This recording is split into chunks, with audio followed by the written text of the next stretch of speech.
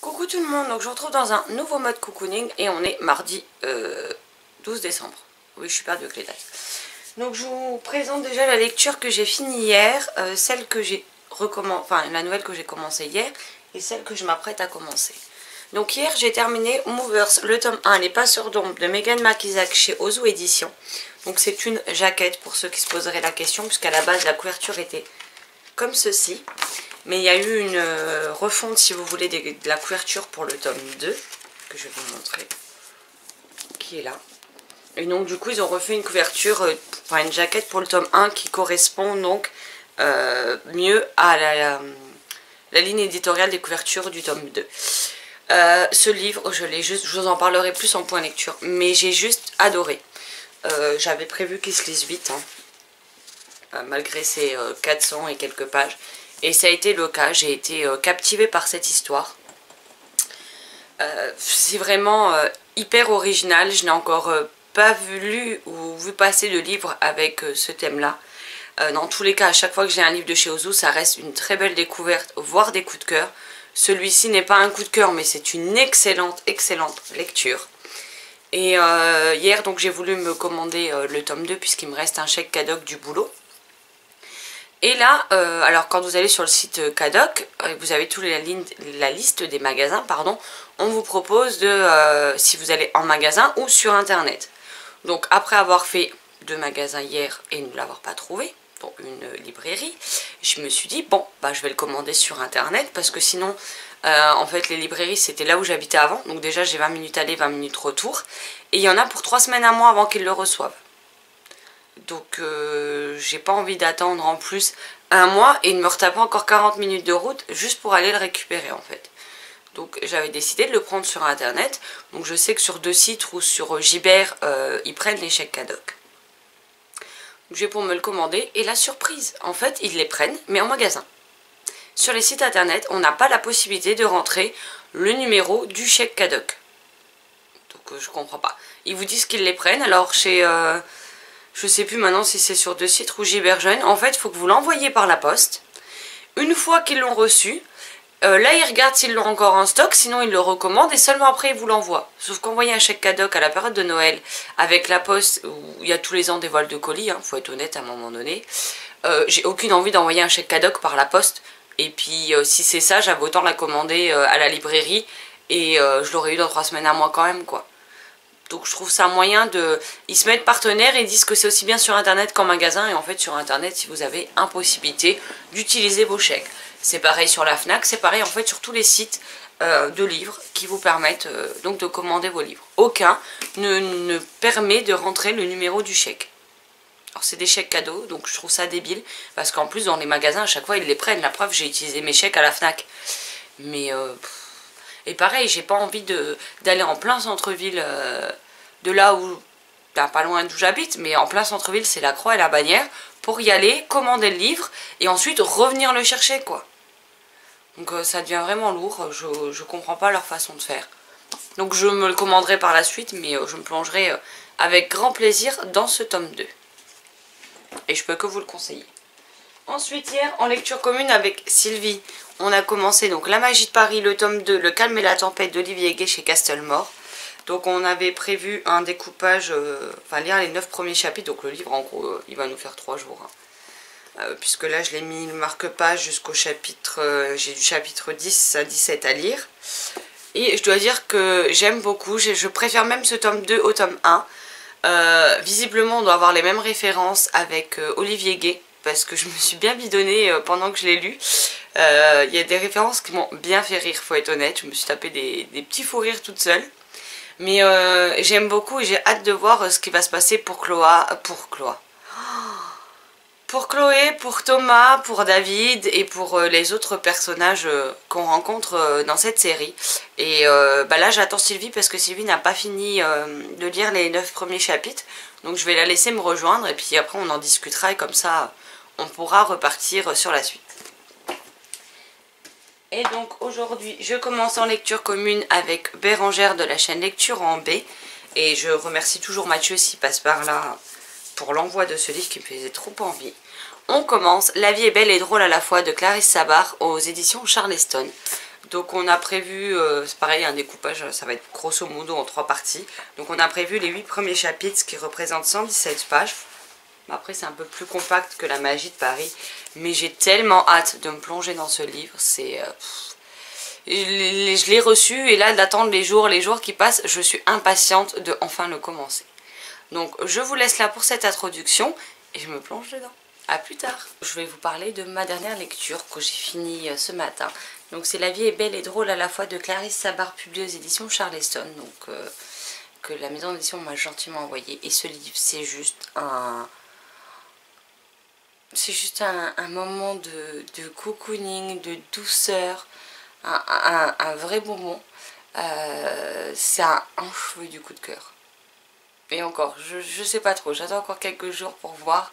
Mais j'ai passé un très joli moment de lecture avec ce livre.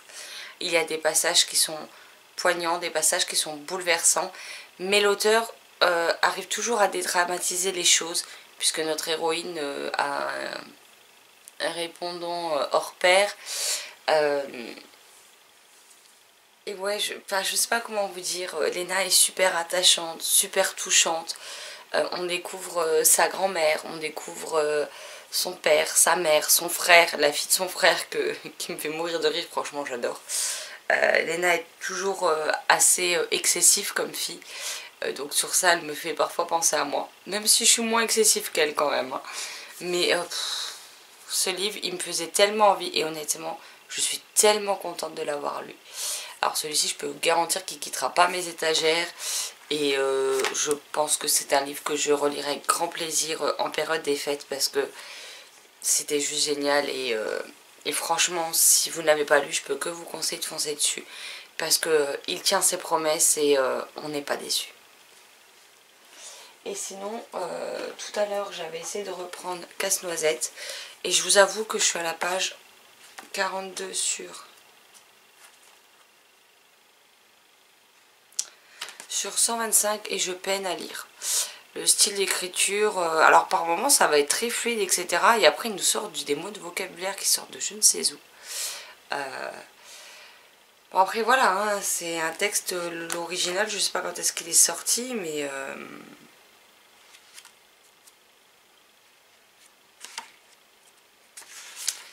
Je vais essayer de voir s'il y a l'information.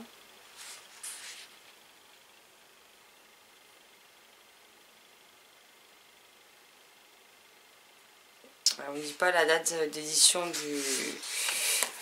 du texte initial, mais ça me bloque. Et puis je sais pas, c'est raconté de façon assez particulière. Et je le reprendrai sans doute un peu demain, mais je verrai bien si je le poursuis ou pas. Sinon tant pis, ben, j'arrêterai ma lecture et puis c'est pas bien grave. Et donc ce soir j'ai commencé un autre livre qui j'espère... donc je sais qu'il y a une histoire d'amour teintée de surnaturel. C'est le premier livre de l'auteur.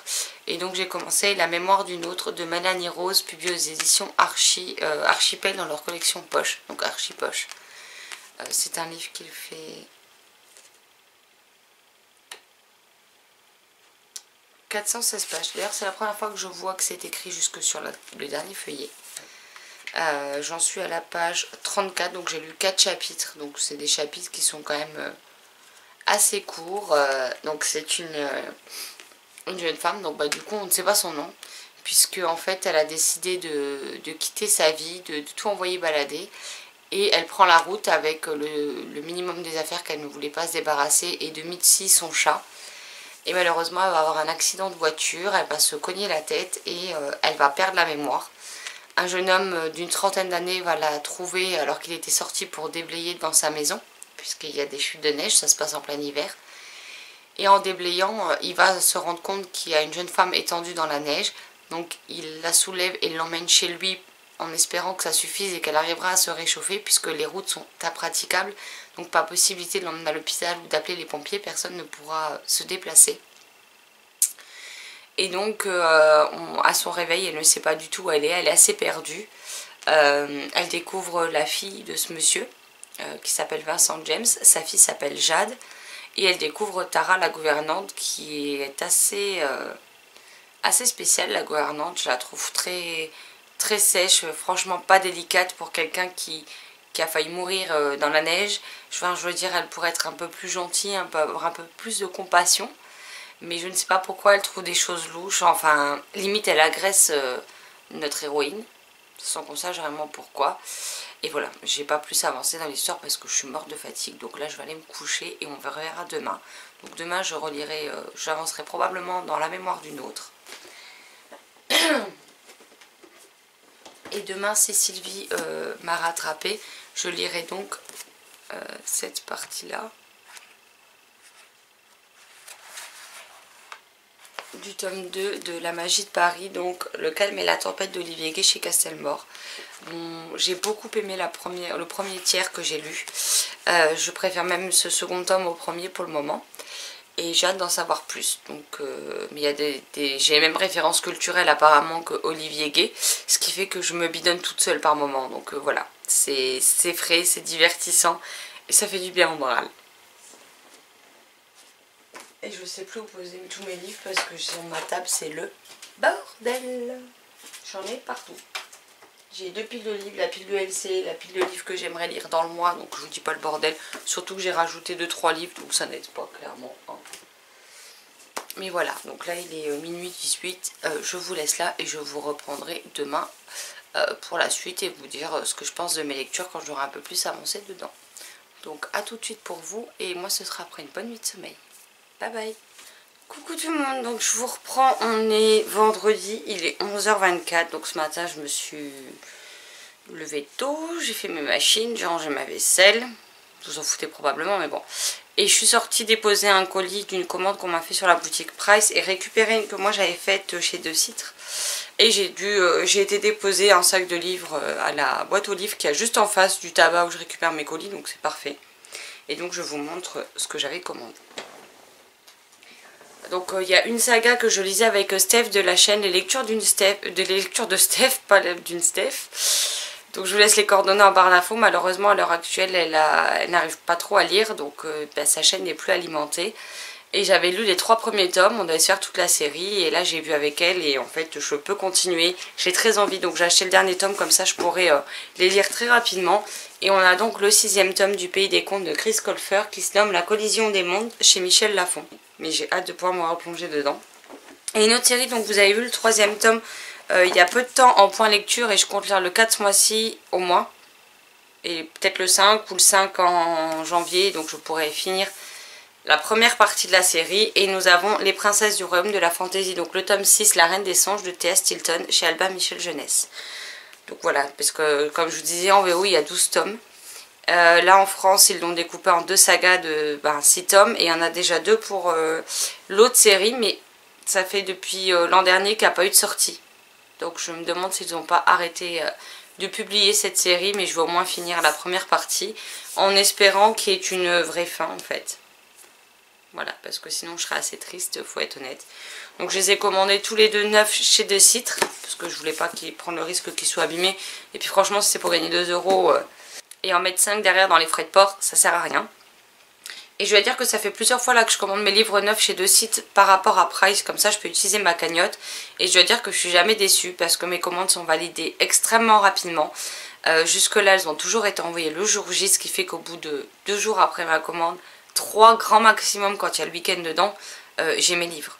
Alors oui c'est au relais, parce que je les fais livrer au relais, ça coûte moins cher, faut être honnête. Et puis la poste leur donne encore plus de pognon quand on voit l'état des colis, franchement ça me saoule. Au moins je suis sûre qu'ils sont dans un état plutôt correct au relais, tandis que la poste me défonce mes colis. Donc clairement le choix est vite fait. Et comme ça je vais pouvoir poursuivre et finir en début d'année ces 2 séries. Donc j'ai hâte de connaître le fin mot de l'histoire. Donc voilà. Sinon j'ai pas repris encore ni ma lecture de La mémoire d'une autre, ni ma lecture de La magie de Paris où j'attends Sylvie. Là je suis assez fatiguée vu que je me suis levée, il était même pas 7 h du matin. Donc j'hésite soit à manger et aller me coucher, soit à aller me coucher et manger après. J'ai un petit peu faim mais sans plus. Et là j'ai la vidéo qui est en train de s'uploader sur YouTube pour la deuxième partie du calendrier de l'Avent, donc des jours 7 au jour 12. Voilà, oui c'est ça. En fait j'attendais le 14 mais je sais pas pourquoi j'ai attendu jusqu'au 14. Donc ce matin enfin cette nuit, dès qu'on avait passé minuit, j'ai tourné le jour 14 et je me suis dit, bah, je la montrerai ce matin, je l'uploaderai direct. Mais en fait, je m'arrêtais au jour 12, donc enfin bref. Je me suis emmêlé les pinceaux moi-même. Donc là, vous allez avoir donc du 7e au 12e jour dans la journée. Il reste à peu près 1h30, quelque chose comme ça. Donc faut pas être pressé avec ma connexion internet. Mais vous l'aurez aujourd'hui comme convenu. Bon, sur ce, je vous laisse là et je vous reprendrai plus tard quand j'aurai quelque chose d'intéressant à vous dire. Coucou tout le monde, donc je retrouve, on est toujours lundi soir le 17 décembre. Et donc je vous reprends pour vous dire ce que j'ai pensé du tome 2 de La Magie de Paris. Puisque finalement on l'a terminé avec Sylvie. Enfin Sylvie, je suis pas sûre qu'elle l'ait terminé avant d'aller se coucher. Mon pire, elle le termine ce matin. Demain matin plutôt. Et je dois dire que j'ai beaucoup aimé ce deuxième tome, que j'ai largement préféré au premier. Bien que le premier était très sympa. Mais ici on avance plus dans le vif du sujet, on fait de plus en plus de découvertes. On découvre les personnages encore plus en profondeur, ce que j'aime beaucoup. J'adore l'humour d'Olivier Gay. Je me suis tapé des bons fous rires à plusieurs reprises dans ce tome 2. Et il me tarde de lire le tome 3, qui est d'ailleurs, normalement on devait se le lire un tome par semaine. Finalement on commence jeudi. Donc le tome 3 qui est quand même plus court puisqu'il fait 277 pages. Je vais regarder combien il y a de chapitres parce qu'il faut que je voie le découpage avec Sylvie. Ah oui, il y a 19 chapitres et un épilogue. Bon. Et ben, ça va vite être réglé. Hein.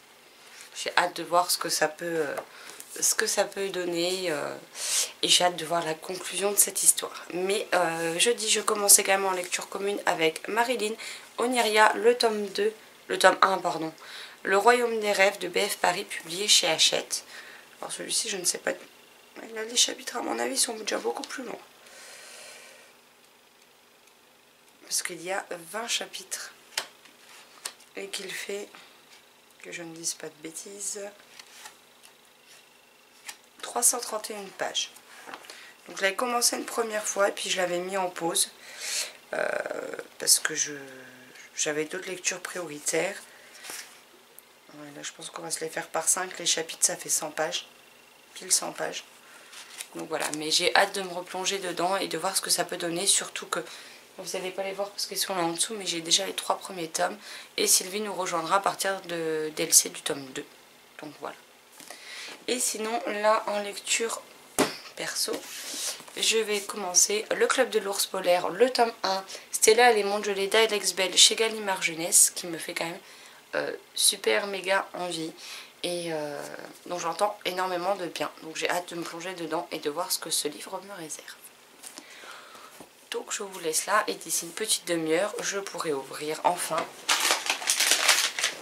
le numéro 18 du calendrier de l'Avent qui me fait juste méga trop envie et dont la forme, je parierais sur un sac à main. Donc j'ai hâte de vérifier si j'ai raison d'ici une petite demi-heure. Donc voilà.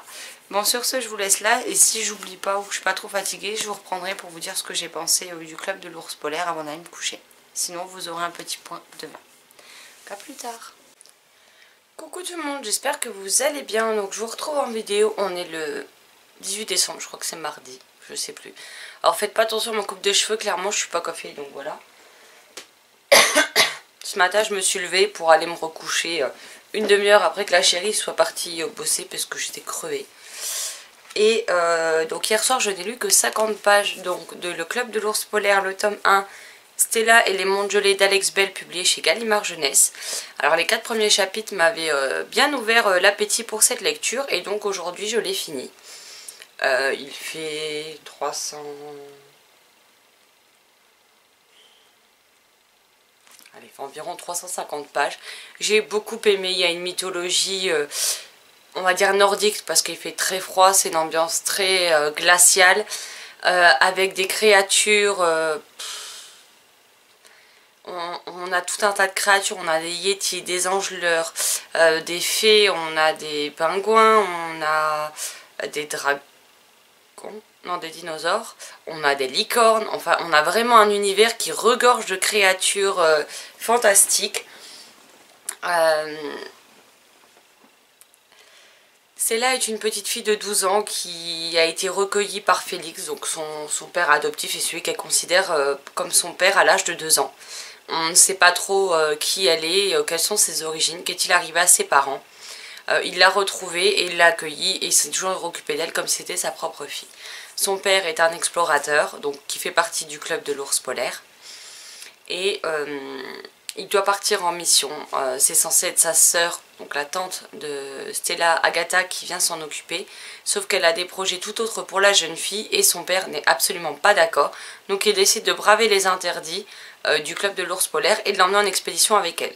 Puisqu'il faut savoir que les explorateurs, il n'y a que des hommes et des garçons. Il n'y a jamais eu de femmes ou de fillettes. Et c'est très mal vu et Félix va devoir faire preuve de persuasion et de patience pour convaincre le dirigeant du club de l'ours polaire de le laisser emmener Stella avec lui. Et franchement c'est un univers complètement dingue que j'ai beaucoup aimé, j'étais captivée dedans, j'ai eu beaucoup de mal à le reposer en fait. Je l'ai posé en fait pour aller manger et pour faire des pauses pipi. Ça s'arrête là. Sinon je l'ai clairement bouffé et j'ai passé un très bon moment de lecture avec ce livre. Et j'ai hâte que le tome 2 sorte puisque celui-ci était sorti en janvier de cette année. Je sais plus où poser les livres. Et donc là je vais me plonger dans un livre que j'avais déjà lu l'hiver dernier, que j'avais oublié de vous chroniquer. Et nous avons Le Noël aux ors de Tom Fletcher que j'avais acheté à Montreuil l'an dernier. Et qui me fait très envie. J'ai très envie de me replonger dedans. Le résumé est très court puisque c'est écrit nom d'un petit bonhomme, s'exclama le Père Noël, la larme à l'œil, c'est un bébé dinosaure. Et voilà, c'est tout ce qu'on en saura. Mais en tout cas, il me fait très envie et je pense que ça va être parfait. On a moins d'une semaine de Noël. Enfin, on a une semaine du 25 décembre, donc du jour J de Noël. Et il me fait vraiment très envie. En plus, c'est quand même bien illustré.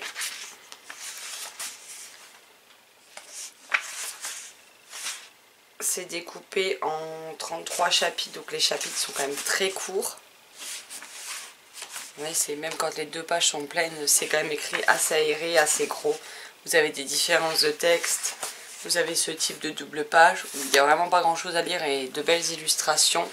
Et j'ai hâte de me plonger dedans et de redécouvrir cette histoire. Donc ça va être ma lecture pour aujourd'hui. Demain soir, on commence avec Sylvie, finalement on avance la LC, donc on lit La Magie de Paris, le tome 3, Ici et ailleurs d'Olivier Gay chez Castlemore. Et jeudi, donc on s'est donné 5 chapitres par 5 chapitres, ce qui fait à peu près 74 pages. Et jeudi, on commence avec Marilyn, Oniria, le tome 1, Le Royaume des Rêves de BF Paris chez Hachette. Et on a décidé de lire 100 pages, qui représentent 5 chapitres je crois également. Mais c'est des chapitres qui sont beaucoup plus longs et le livre fait 332 pages. Donc on va le découper en 3 parties, donc normalement samedi devrait être fini. Quant à celui-ci, il sera fini avant la fin de la semaine ou au plus tard dimanche. Mais il est très court, donc il devrait très vite se lire. Donc voilà pour mes lectures à venir. Je vous ai fait un point sur celle que je viens de terminer. Donc je vous laisse et je me replonge dans le Noël aux ors. Et je viendrai vous en dire ce que j'en pense quand j'aurai avancé dans ma lecture. Heureux tout le monde, alors je vous retrouve on est mercredi, il est 18h13 et je viens tout juste de refermer donc Le Noël aux ors de Tom Fletcher publié chez Michel Lafon. Donc j'ai lu les remerciements et il parle de la suite des aventures de ce Noël aux ors. Donc j'espère qu'il y aura d'autres tomes et j'espère surtout qu'ils seront traduits en France puisque j'ai passé un très bon moment de lecture avec ce livre. On a de magnifiques illustrations, donc j'ai mis des marque-pages pour pouvoir vous les montrer là et dans le point lecture qui suivra. Je vais rester évasive sur l'histoire, le résumé, etc. Parce que je vous en parlerai plus en point lecture. Mais j'ai adoré. Il y a des choses toutes mignonnes, toutes douces, agréables. Mais il y a aussi des choses très difficiles à vivre au quotidien. Très dur à accepter qui s'y déroule. Mais tout est bien dosé. Le Noël aux ors, il est juste... Mais alors franchement, il est trop chou quoi.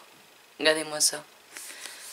William est un petit garçon, tout ce qui est plus intelligent et attachant. Et j'ai pris un énorme plaisir à redécouvrir ce livre.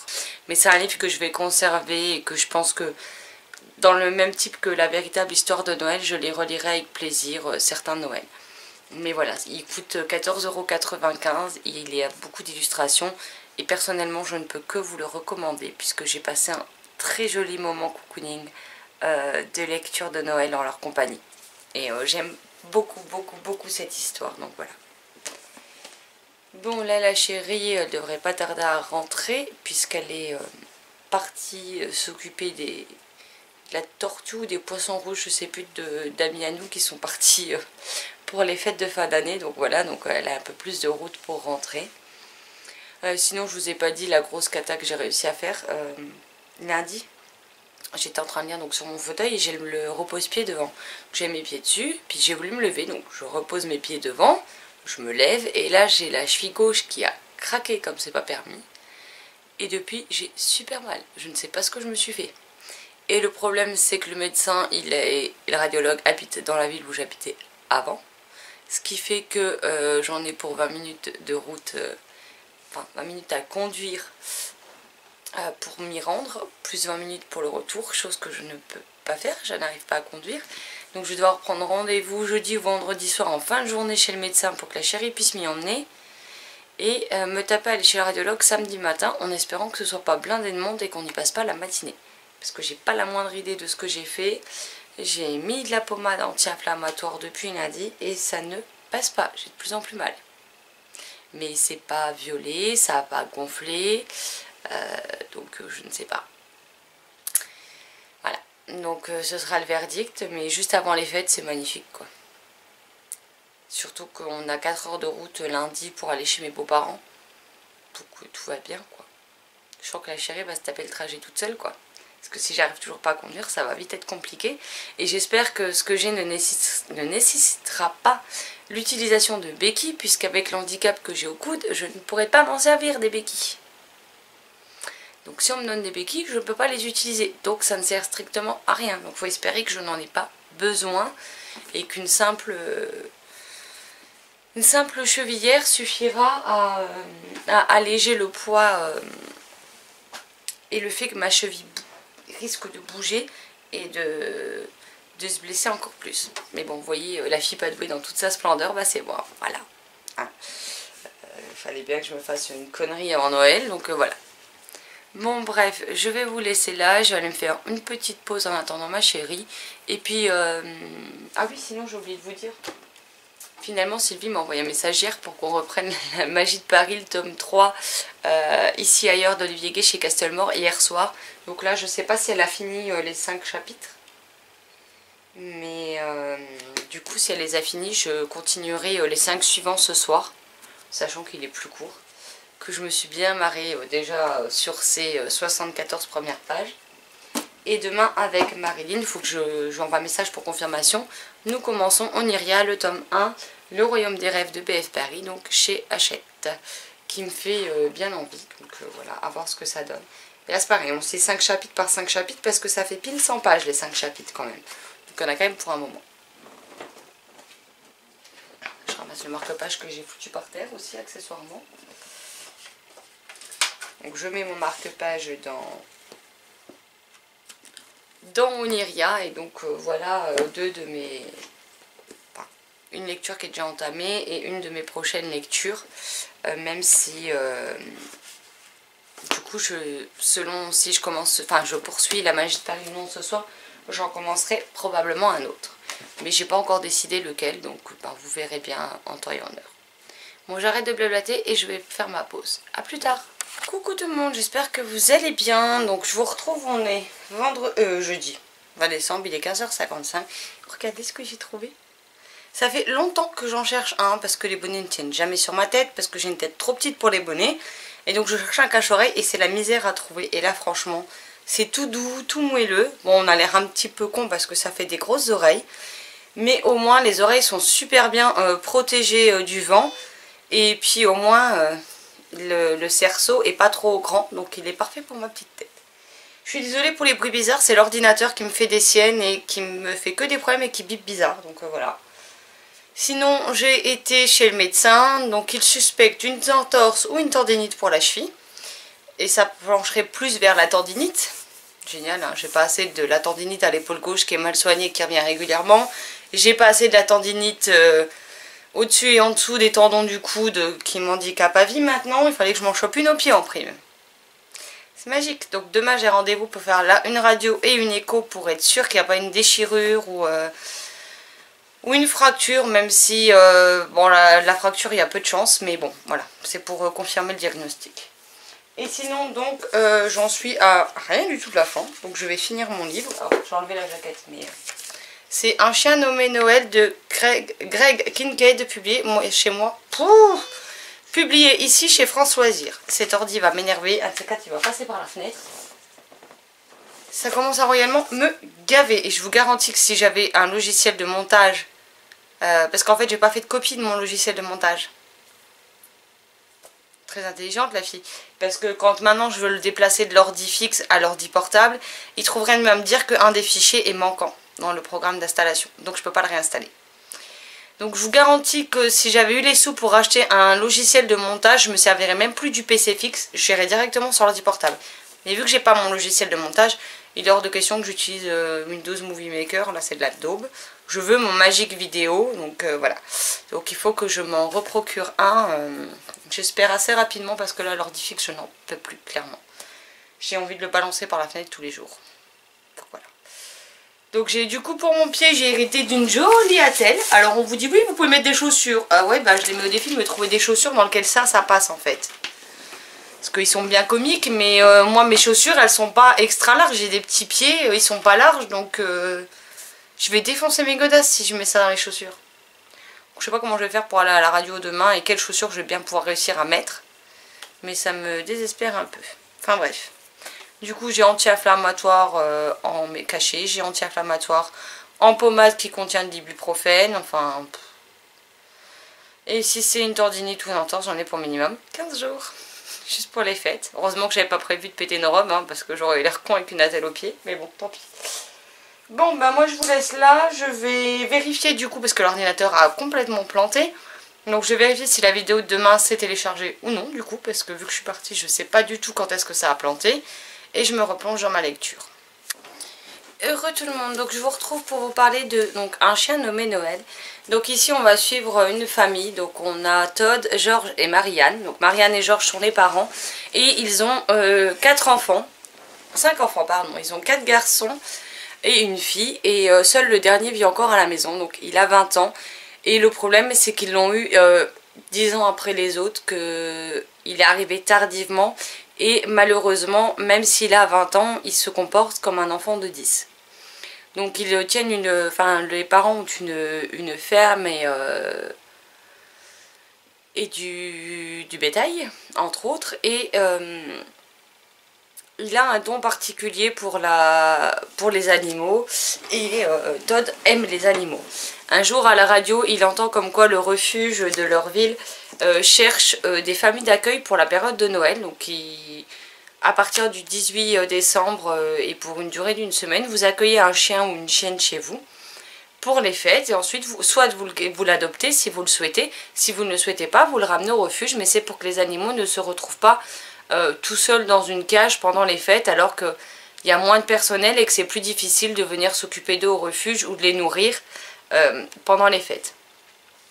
Todd se met dans l'idée d'essayer de convaincre son père d'adopter un chien pour la période des fêtes. Et son père n'est pas vraiment d'accord. Mais ils vont finir pour une raison que je vous laisserai découvrir par prendre un chien pour les fêtes de fin d'année. Et ils se sont mis d'accord que le 26 décembre, ils le ramèneraient au refuge. Et donc on va suivre l'histoire de cette famille. Pourquoi le père au début est réfractaire à l'idée d'accueillir un chien. Qu'est-ce que ce chien va leur apporter, comment va se comporter Todd au moment où il faudra ramener le chien au refuge. Enfin, c'est vraiment une très jolie histoire. Donc le chien qui n'a pas de nom va être surnommé Noël, vu que c'est pour les fêtes de Noël. Et c'est vraiment une très jolie histoire. Bon, moi c'est une relecture, hein. Je l'avais déjà lu quand je l'avais acheté à sa sortie, qui date de... il y a un moment. Parce qu'il est sorti en 2008, donc il est en septembre 2008, donc il a 10 ans le livre. Donc je l'avais lu il y a 10 ans, je l'ai relu aujourd'hui puisque j'en avais envie. Et oui, il y a plein de belles choses, tout n'est pas toujours simple, il y a des choses assez importante et assez grave qui est arrivée à cette famille. Mais on va les découvrir et c'est juste une histoire parfaite pour Noël, quoi. Donc j'ai pris beaucoup de plaisir à la relire et c'est un livre que je garde de côté, que je me relirai probablement une autre fois encore. Donc là il faut que j'attaque mes LC parce que mine de rien j'ai pas lu les 5 chapitres du jour de la magie de Paris et j'ai pas lu les 5 donc qui font 100 pages de Oniria non plus. Donc voilà à quoi je vais passer mes prochaines heures jusqu'à ce que la chérie rentre. Sur ce, je vous rabandonne à nouveau et je vous retrouverai tout à l'heure.